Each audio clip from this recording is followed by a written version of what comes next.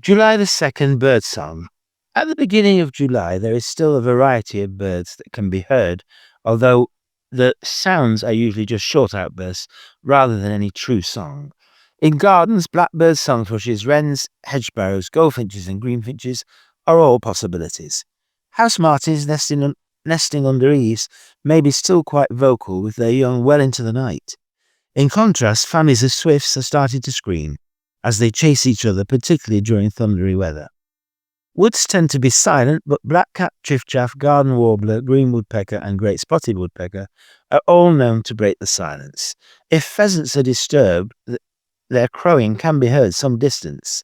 They were even known to reply to distant cannon fire during the First World War.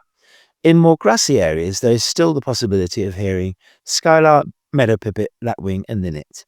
If there is some scrub, the list can get bigger, with whitethroat, stonechat, and windchat joining in. Although unlikely to be heard, this is the best time to listen for the famous jangling keys call of the corn bunting, which is usually delivered from a fence post in a traditional farming landscape. Such landscapes around London are disappearing fast, accounting for its sad decline. It has a song which divides most listeners.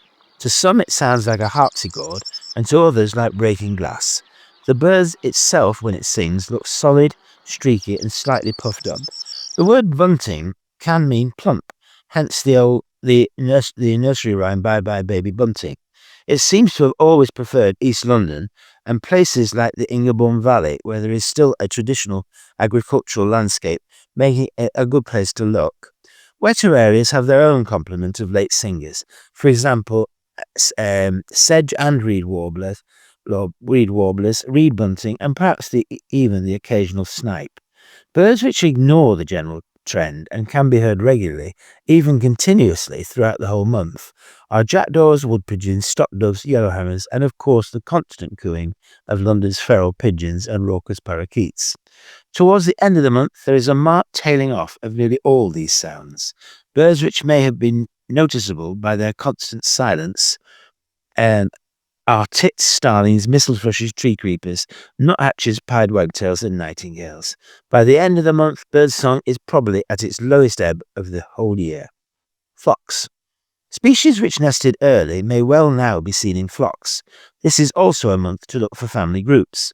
Handsome families of mistle thrushes, usually making little or no noise, may be seen in places such as Osterley Park. More rarely, these families join into flocks and pass through suburban gardens. Other birds flocking this month include crows, chaffinches, rooks, lapwings, redshanks, linnets, and sparrows.